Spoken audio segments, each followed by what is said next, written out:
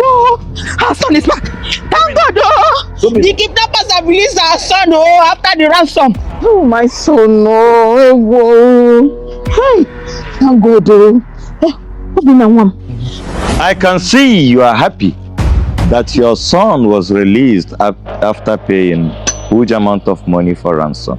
But then again, have you ever thought of the children of the poor that could not even afford a dime for feeding, let alone taking about ransom? Have you ever thought about the children that were kidnapped alongside him in the school where he studies in university, whom their parents are not even footing for their school bills, let alone them thinking about having money for ransom?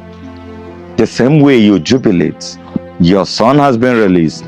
Think about the children of the poor. Well, it is the poor that initiate this kidnapping. Since you claim that it's the poor that kidnap the poor, now what necessary step have you ever taken as a government official who is a local government chairman to ensure that those kidnappers are being brought to book?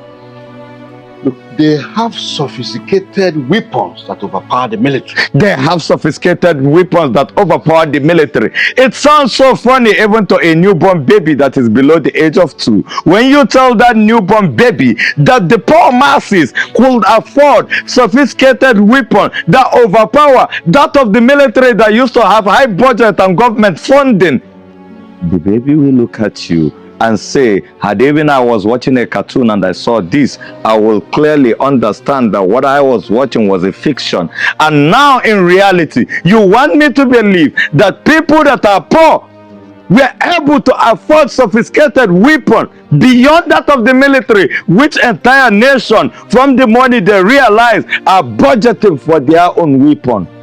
That is what states, except if that budget is used to finance the sophisticated weapon that will be handed for kidnappers to use, and then leave the military without any weapon to use. And that, so that later they will let you know that is the poor that kidnap the poor.